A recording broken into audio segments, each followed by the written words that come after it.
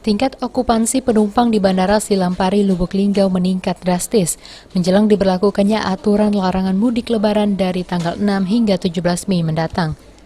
Saat ini jumlah keterisian penumpang maskapai Batik Air yang beroperasi di Bandara Silampari mengalami lonjakan penumpang mencapai 100%.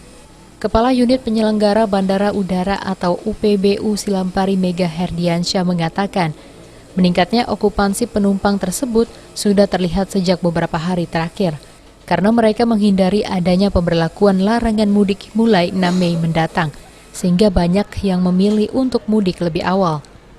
Tingkat keterisian penumpang dari Jakarta 140 orang, kemudian terbang 157 orang.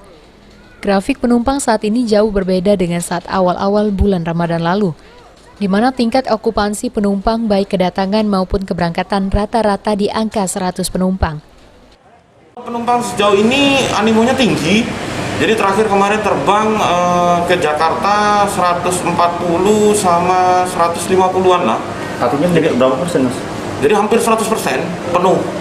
Jadi memang animo pergerakan masyarakat di beberapa hari sebelum tanggal 6 ini sangat tinggi. Untuk maskapai yang operasi sejauh ini? Sejauh ini yang beroperasi Wings Air tujuan Palembang dan Batik tujuan Jakarta. Meski ada larangan mudik mulai pada 6 sampai 17 Mei mendatang, sesuai surat edaran Kementerian Perhubungan atau Kemenhub menyatakan Bandara Silampari tetap buka memberikan pelayanan kepada masyarakat. Dan yang dibatasi hanya pergerakan penumpang dalam rangka mudik lebaran, sementara keperluan non-mudik seperti kargo masih tetap berjalan. Tri Hajaria, PAL TV.